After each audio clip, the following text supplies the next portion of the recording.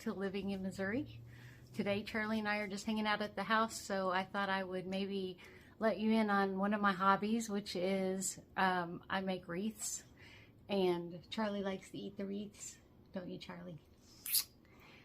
So stay tuned and we will talk about the types of material that I use, the types of wreath bases you can choose. I have a few to show you, and then we might even fold up a petal or two just to see how to do that and how to attach it.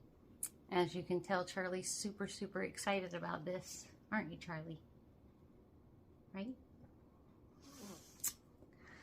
So today in Missouri it is like a misty rain. It's cold, and I ran to Hobby Lobby and got a whole bunch of craft items.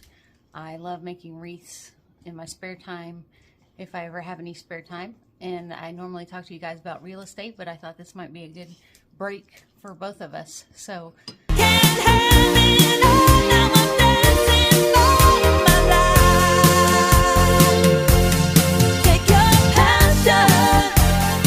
So the first item we got is just a plain wreath base, and you can make whatever on this. I also used to get these. They're from Unique in the Creek, but Hobby Lobby carries these now, so I got several of these, and I like these because they're hard plastic, number one, and they already have these holes drilled in. It's measured out for you, so you can just hook your pipe cleaner or your zip tie, whatever you like to attach your fabric to the wreath base with. You can just hook it in these little holes. It's measured out for you. It's pretty quick and easy. You can even like put all your attachments in the holes, and then you know it's ready to go. Then all you have to do is fold up your stuff, attach it, and go. It makes it really quick, and I really love these. So what about the center of the wreath? What are you going to put in the center? So there's several choices. I mean, downstairs I have like actual sunflower looking round. Sorry, Charlie's seeing himself in the mirror and he's really angry about it. There's balls like this. You could clump these together and make the center of like a poinsettia. I also already have some of these chief signs, so I'm probably going to make me and some friends those. I also got these at Hobby Lobby. It's Grinchy, and then Max. Obviously you gotta have Max. And I had this one already. So the thing with these type of signs, these are copyrighted, so I can make a wreath with these and hang it in my own house. I can make a wreath with these and give it to a friend as a gift. I cannot make a wreath with this and sell the wreath for a profit. That is illegal. So what you can do is you can make a wreath and then you can give as a gift this sign. They can attach it themselves at home, and that's legal. So just, you can't make a profit on this sign because even though you already bought it, it's copyrighted.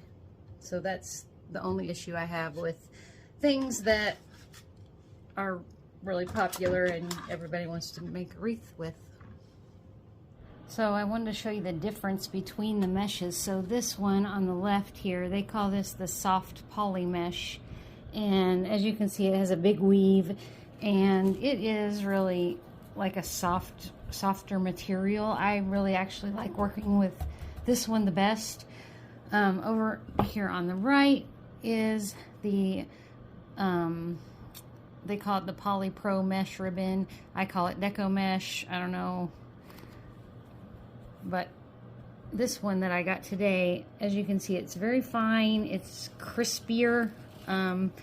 It has even like a ribbon woven through it, like a shiny ribbon woven through it. So side by side you can see the difference of the weave of these two, and like I said, I prefer this one over here, but I do use this one because it can come in handy if you are wanting to just make like a kind of crazy, wilder looking.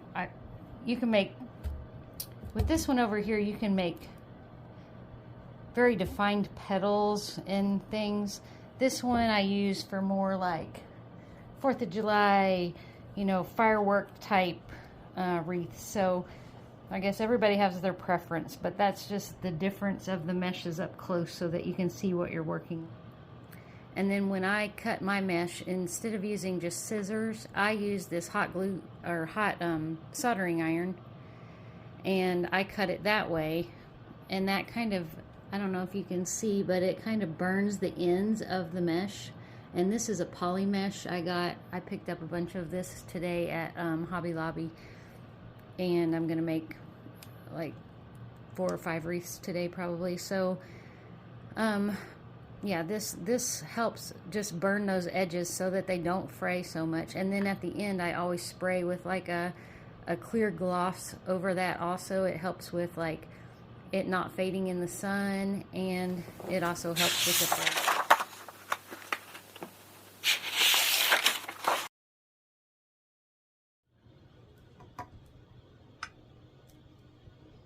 I usually, whenever I'm cutting mesh, I know that it takes usually about a roll.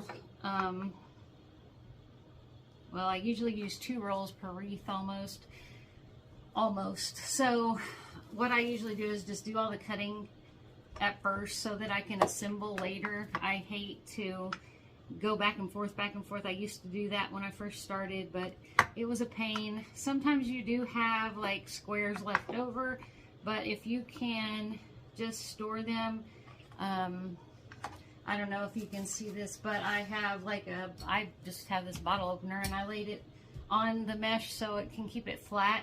So if you have a place, you know, that you can store the mesh in your house and just leave something heavy on it so that it can stay not curled up the whole time, then the next time you make something, you can just use that same mesh. You've already cut it, so, you know, don't throw that away. There'll be like, sometimes I'll have like 4 squares at the end left over, but honestly, if you're selling wreaths and then you have 4 squares left over each time you do one, you know, by the time you do several, you're going to have a whole bunch of leftovers, and you can make, I've made wreaths out of leftovers, and you know, that's basically free for me to make because it's all just left over from the last one. And so then that wreath becomes just a profit for one. I mean, you don't make tons of money on your wreaths. I mean, I don't charge an arm and a leg for my wreaths or anything. So I don't make a ton of money on them. It started out as just a hobby, and then I just had people say, oh, I want one, and so I'd make them, and then eventually I was like, okay guys, I'm gonna have to charge at least, you know, enough to cover my costs, because I can't keep doing this. Well, then that turned into, okay, well, my cost plus my time. So I mean, as you go along, as you get better, as you figure out what you're doing, you know, your price can go up some, but people aren't going to pay too much for a wreath, I guess. I don't know. I've seen some online go for quite a lot, but some of the prices are just ridiculous. I don't know who's buying that. I wish I knew, but I just can't imagine paying that much for something. I guess maybe because I make them, I feel like I can't imagine paying that much, you know, for something that I could just make. But I guess not everybody can just go out and make it, or maybe they don't have the time, the patience, you know, maybe they just don't want to. So maybe to them it is worth paying that much, I guess. I'm not sure, but I don't charge an over amount. I usually cover the costs, and then I make like, you know, 15, 20, 30 bucks on it. So getting that one free, if you save all your scraps, you know, getting that one for free is nice, because it's finally you made yourself even, and you paid yourself a little bit, which is always good. And like today I went to Hobby Lobby and got, I mean, oh man, I got a lot of rolls of mesh, and a bunch of other picks and things like that. But like all the mesh was 50% off, I think. So make sure you watch your sales, because that will really help with your cost cutting also. I mean, these list at $11.99 a roll there. So I always try to do it on a 50% off week, just so that, you know, that's just a lot extra actually. So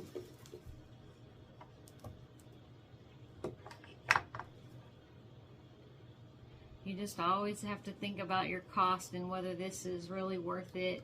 If it's something you enjoy, obviously, you know, when I first started, I think I did it mostly because it was just something that I could sit and calm my mind, because I'm always trying to work or learn or something. So to me, it was relaxing just because it was something I could do. And then at the end, I had this really pretty thing. So I was like, oh my gosh, I love this. And it's just kind of blossomed from there. And I find new things every day that I think, ooh, I can make that, or I want to make that, or I'll see something at like a craft fair, or I mean just anywhere, and think like, oh my gosh, I'm not paying. My big deal is I'm always cheap, so I'm always like, I'm not paying that for that when I could just go home and make it. And then I think like, well, I don't even know how to make it, but I'll figure it out and I'll teach myself how to make it, and then I'll end up selling it, I guess, later, which is kind of the funny thing, but also good to have, I guess, good talent to have. So if you are the type of person that can, you know, sit and have the patience to do this kind of stuff, it can pay off in the end. You know, it's right before Christmas, so if I want to make extra Christmas money, I can just make numerous wreaths and sell them, and then there's my Christmas bonus, basically. So I have the 2 piles over here of the poly, and then the next wreath I'm going to make, I'm going to use the deco mesh. So the next thing I have to do is cut at least 2 rolls of this, and I do it the exact same way because it's 10 inches wide when I get it, or long. I cut it to the 10-inch mark on my cutting board, glass over top, and I use the soldering iron. And this one to me, this one tends to fray more than the other, so I like to just make positive sure that I have those ends burned really well. You don't want it to be all messy looking, you know, a week after you hang it outside. So yeah, I'm gonna do this, and then I will come back with my piles. So another tip here is when you unroll the mesh for the first time, make sure you take your soldering iron and just cut off this very edge, because you want to also just don't forget to burn that first little section. I just take off like a little tiny sliver of it, just so I'm burning that edge so that that doesn't also fray. So just make sure you're don't forget that first piece. You're gonna have to do both sides. Okay, so now that we have all the material cut out, which takes quite a while, I'll kind of show you. There's a lot of ways to fold the piece of material to make different types of petals, and probably one day I'll make a whole video on different types of petals. You always have to be aware of where your raw edge is and where these are. It'll make your wreath look a lot more finished if you keep them all consistent. So make sure when you start to fold that you know, have the raw edge, you know, on the right or the left or wherever you need it, but just make sure that it's consistent. Each petal is the same. So this one I just folded into a triangle, and you just have to kind of get it as good as you can. They're not going to be perfect triangles or anything, but I do the best I can. And then with this one, I mean, you can do so many things. You can scrunch it from the middle here and just make like a leaf like this. But see how the finished edge is here. So the next one I would put on, I would keep that same consistency around just so it looks good. You can turn it long ways, and you can scrunch it from this side all the way, and you can make like a daisy type petal, and then just make those all the way around. It looks like a big flower. You can, you know, fold them to the middle, scrunch that up. It makes a bigger one, just a bigger, you can, I mean, basically anything you can think of, you can do it, and just make different patterns, arrangements. This one's more like a tube looking petal. So I don't know what I'm going to use yet. I haven't decided, but I'm sure it'll be great in the end, as always. I like to make a lot of them just different, just because, I don't know, I get inspired by different looks of things I see online or just anywhere, and so I just try to, each wreath I just try to make it a little bit different. Nobody has the same one when we're done, and it's just more fun that way for me. Sometimes I use several different patterns in one wreath. So yeah, that's the basics here. And I'll show you how you can put your zip ties or whatever you have onto the wreath base, and then okay, so let's say we're just going to make this basic petal and you want to attach it to your wreath. So we're gonna, let's just say it's this one, just example here. So we've got this, we've got it all pretty, it looks like a petal, it's beautiful. So one of two ways, and this is a really big zip tie, but I figured for camera purposes we'd show you that. So I put the zip tie like through this and back up through here. And then you just lay your petal down on there. And I like the zip ties the best, honestly. They're easy and fast. You can make a whole wreath once you have it cut out. You can do it pretty quickly. And they're really sturdy too. Like if you're gonna hang these outside, or I mean, it'll last, it will never come off there unless you cut it off. So that's how you attach with a zip tie. And you can do the same thing on these, this board, the one I like, Unique from the Creek board. But you can also use pipe cleaner. So what I do is, the holes are back here. From the back, stuff this through two holes that are side by side. And then you have this sticking up. And then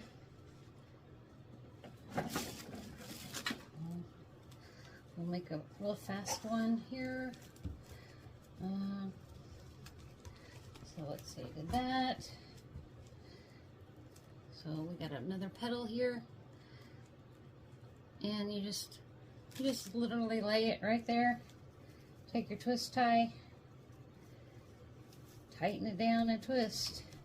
And then the good thing about this is if you want to attach anything else to this, you have these two little ends sticking up still.